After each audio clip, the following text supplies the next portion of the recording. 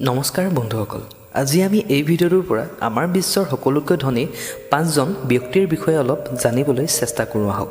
আৰু তেওঁলোকৰ কি কোম্পানী আছে আৰু তেওঁলোকে ক'তনো নিজৰ পইচাসমূহ ইনভেষ্ট কৰি থৈছে ইত্যাদি কথাবোৰৰ বিষয়ে অলপ জানিবলৈ চেষ্টা কৰোঁ আহক। তেন্তে ভিডিঅ'টো আৰম্ভ কৰোঁ। তেন্তে বন্ধুসকল, সকলোতকৈ প্ৰথমে আমি আমাৰ বিশ্বৰ সকলোতকৈ ধনী বা প্ৰথমত থকা ব্যক্তিজনৰ বিষয়ে অলপ জানো আহক। এওঁৰ নাম হৈছে ইলন মাস্ক। বন্ধুসকল, ইলন মাস্কে 2022ত আমাৰ বিশ্বৰ এমেজন কোম্পানীৰ মালিক জেফ বেজোছক পিছ পেলাই ইলন মাস্ক বৰ্তমান সময়ত পৃথিৱীৰ বা বিশ্বৰ সকলোতকৈ ধনী মানুহ। বন্ধুসকল, এইজন ইলন মাস্কক আমি আমাৰ বিশ্বৰ এজন ক্ৰান্তিকাৰী সংগ্ৰামী বুলি ক'লেও ভুল নহ'ব, কিয়নো এইজন ইলন মাস্কে স্পেচ এক্স নামৰ এনেকুৱা এটা স্পেচ এজেঞ্চি খুলিছে যিয়ে 2030ৰ আগত মানুহক মংগল গ্ৰহত থাকিবৰ কাৰণে কলনী প্ৰস্তুত কৰি দিব বুলি তেওঁ দাবী কৰিছে। যিটো কাম এখন দেশে তাক কৰিবৰ কাৰণে চিন্তা কৰিবলগীয়া হয়। আৰু এই কোম্পানীটোৱে এনেকুৱা কিছুমান ৰকেট ডিজাইন কৰিছে যাক এবাৰ ব্যৱহাৰ কৰাৰ পাছত ইয়াক পুনৰ আকৌ ব্যৱহাৰ কৰিব পৰা যায়। এই ক্ষেত্ৰত এই স্পেচ এক্স কোম্পানীটো বহুত ক্ষেত্ৰত সফল হৈছে। আৰু এইজন ইলন মাস্কৰ কেৱল এটা কোম্পানীয়ে নহয়, তেওঁ বহুকেইটা কোম্পানী আছে। দ্বিতীয়তে তেওঁৰ নিউৰালিংক নামৰ এটা কোম্পানী আছে যিয়ে আমাৰ সমাজত থকা হেণ্ডিকেপ বা শাৰীৰিকভাৱে পংগু লোকসকলে যাতে আমাৰ দৰে বা নৰ্মেল মানুহৰ দৰে চলা ফুৰা কৰিব পাৰে, তাৰ বাবে তেওঁৰ এই নিউৰালিংক কোম্পানীটোৱে এনেকুৱা কিছুমান মাইক্ৰ'চিপ বনাই আছে যিবোৰক এই হেণ্ডিকেপ মানুহবোৰৰ মগজত ফিট কৰি দিব আৰু প্ৰগ্ৰেমিঙৰ জৰিয়তে এই পংগু লোকসকলে নৰ্মেল মানুহৰ দৰে চলা ফুৰা কৰিব আৰু প্ৰয়োজনীয় সকলো কাম কৰিব পাৰিব। কি আচৰিত ন?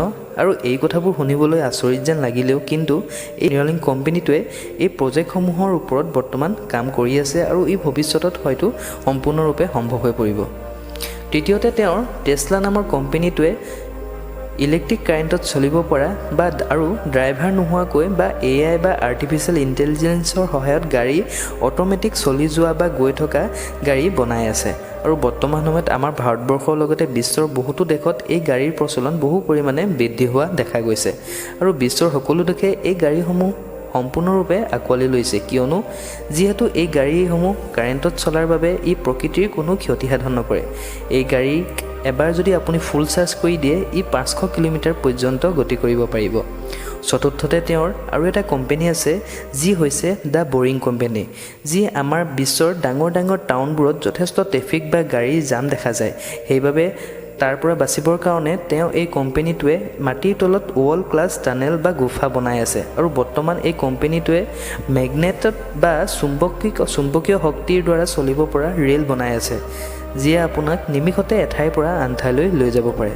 পঞ্চমতে তেওঁৰ AI বা আৰ্টিফিচিয়েল ইণ্টেলিজেঞ্চ নামৰ আৰু এটা কোম্পানী আছে যিয়ে বৰ্তমান সময়ত ইণ্টাৰনেটৰ পৃথিৱীত ৰাজত্ব কৰা দেখা গৈছে। আৰু ভৱিষ্যতেও হয়তো এই AI আমাক সকলো কাম নিয়ন্ত্ৰণ কৰিব, লাগিলে এই গাড়ী চলোৱাৰ পৰা ৰকেটৰ জৰিয়তে মানুহক মংগল গ্ৰহলৈ লৈ যোৱা এই সকলো। মুঠৰ ওপৰত ইলন মাস্কে আমাৰ মানৱ সভ্যতা বা হিউমেন চিভিলাইজেশ্যনৰ ডেভেলপৰ বা উন্নতিৰ কাৰণে বহুতো ডাঙৰ মেগা প্ৰজেক্টৰ ওপৰত কাম কৰি আছে। বৰ্তমান সময়ত তেওঁৰ ওচৰত থকা মুঠ টকাৰ পৰিমাণ হৈছে $302 বিলিয়ন, অৰ্থাৎ আমাৰ ভাৰতীয় মূল্যত 22,65,000 কোটি টকা। এতিয়া জানো আহক 2 নম্বৰ পজিশ্যনত থকা ধনী ব্যক্তিজনৰ বিষয়ে। এওঁ হৈছে জেফ বেজোছ। বন্ধুসকল, আমি যে সকলোৱে এমেজনৰ পৰা বস্তু অৰ্ডাৰ কৰোঁ, এই এমেজন কোম্পানীটোৰ মালিকে হৈছে এই জেফ বেজোছ। তেওঁ এই কোম্পানীটো 1996 চনত আৰম্ভ কৰিছিল। প্ৰথমে এই এমেজন কোম্পানীটো এটা বুক চেলাৰ কোম্পানী আছিল, কিন্তু পিছলৈ যেতিয়া এই এমেজন কোম্পানীটো ই-কমাৰ্চ ছেক্টৰলৈ গুচি আহে, তাৰ পৰা আৰু বৰ্তমানলৈকে এই এমেজন কোম্পানীটো বিশ্বৰ সকলোতকৈ ডাঙৰ অনলাইন চেলছ কোম্পানী। তেওঁ এই এমেজন কোম্পানীৰ বাহিৰেও আৰু এটা কোম্পানী আছে, সেইটো হৈছে ব্লু অৰিজিন। এইটো হৈছে এটা প্ৰাইভেট স্পেচ এজেঞ্চি যিয়ে বৰ্তমান সময়ত নতুন কৌশলেৰে বা ভাৰ্টিকেল টেক অফ বা ভাৰ্টিকেল লেণ্ডিঙত কাম কৰি আছে। বৰ্তমান সময়ত তেওঁৰ ওচৰত থকা সৰ্বমুঠ পইচাৰ পৰিমাণ হৈছে $196.1 বিলিয়ন, যাৰ ভাৰতীয় মূল্য হৈছে 14,56,000 কোটি টকা। এতিয়া 3 নম্বৰ ধনী ব্যক্তিজনৰ বিষয়ে জানো আহক। এওঁ হৈছে বাৰ্নেড আৰ্নল্ড। এওঁ এজন বিজনেছমেন আৰু আৰ্ট কালেক্টৰ। বৰ্তমান সময়ত এওঁ LVMHৰ চিফ এক্সিকিউটিভ হয় আৰু এই LVMH হৈছে লাক্সাৰী উড ছেক্টৰৰ এটা ডাঙৰ কোম্পানী আৰু এওঁ 2018ত লাক্সাৰী ছেক্টৰৰ সকলোতকৈ ধনী ব্যক্তি আছিল আৰু বাৰ্নাডে 2019ত বিল গেটছক পিছ পেলাই বিশ্বৰ সকলোতকৈ ধনী ব্যক্তি হিচাপে পৰিগণিত হৈছিল। তেওঁৰ ওচৰত থকা মুঠ পইচাৰ পৰিমাণ হৈছে 177.3 বিলিয়ন $, যাৰ ভাৰতীয় মূল্য হৈছে 13,30,000 কোটি টকা, যিয়ে এওঁক বিশ্বৰ 3 নম্বৰ ধনী ব্যক্তি হোৱাত পৰিগণিত কৰে। এতিয়া 4 নম্বৰ ধনী ব্যক্তিজনৰ বিষয়ে জানো আহক। এওঁ হৈছে বিল গেটছ। এওঁ এজন আমেৰিকান বিজনেছ মেগনেট আৰু মাইক্ৰ'ছফ্ট কৰ্পৰেশ্যনৰ কো-ফাউণ্ডাৰ হয়। 70-80 দশকত যেতিয়া মাইক্ৰ'ছফ্ট কম্পিউটাৰৰ ৰেভলিউশ্যন আহিছিল, বিল গেটছক তাৰ পাইনিয়াৰ বুলি ধৰা হয় বা মনা হয়।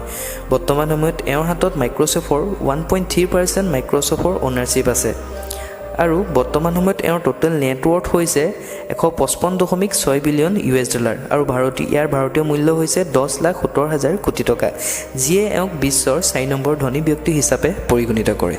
এতিয়া জানো আহক 5 নম্বৰৰ ধনী ব্যক্তিজনৰ বিষয়ে। এওঁ হৈছে ৱাৰেন বাফেট। এওঁ পৃথিৱীৰ 5 নম্বৰ ধনী ব্যক্তি। এওঁ এজন বিজনেছ টাইকুন, ইনভেষ্টৰ আৰু বেৰ্কশ্বেয়াৰ হেথৱেৰ চেয়াৰমেন হয় আৰু এওঁক বিশ্বৰ বৰ্তমান সময়ত ছাকচেছফুল ইনভেষ্টৰ বুলি ধৰা হয়। তেওঁৰ কোম্পানীটোৱে বিশ্বৰ বহুতো ডাঙৰ কোম্পানীক কিনি লয়, যেনে Coca-Cola company, Apple, American express, bank of America আৰু বহুতো আছে। আৰু এই বেৰ্কশ্বেয়াৰ হেথৱেৰ ষ্টক বিশ্বৰ সকলোতকৈ দামী ষ্টক বুলি মনা হয়। ইয়াৰ এটা শ্বেয়াৰৰ মূল্য হৈছে আমাৰ ভাৰতীয় মুদ্ৰাত 3 কোটি টকা আৰু এওঁৱে হৈছে আমাৰ এই কাউণ্টডাউনত থকা সকলোতকৈ বয়সীয়াল ব্যক্তি। আজি তেওঁৰ বয়স 91 বছৰ। আজিৰ দিনত তেওঁ 10ৰ পৰা 12 ঘণ্টা সময় কাম কৰে আৰু কিতাপ পঢ়ে। বৰ্তমান সময়ত তেওঁৰ টোটেল নেটৱৰ্থ হৈছে 125 বিলিয়ন $, অৰ্থাৎ ভাৰতীয় মূল্যত 9,38,000 কোটি টকা, যিয়ে এওঁক বিশ্বৰ 5 নম্বৰ ধনী ব্যক্তি হিচাপে পৰিগণিত কৰে। তো বন্ধুসকল, আপোনালোকৰ আমাৰ এই বিশ্বৰ এই 5জন ধনী ব্যক্তিৰ বিষয়ে জানি কেনেকুৱা লাগিলে মোক কমেণ্টৰ সহায়ত জনাব আৰু এই এনেধৰণৰ ভিডিঅ' চাই থাকিবৰ কাৰণে মোৰ এই আছামিজ ফেক্ট চেনেলটো ছাবস্ক্ৰাইব কৰি দিব আৰু লগতে জয় আই অসম।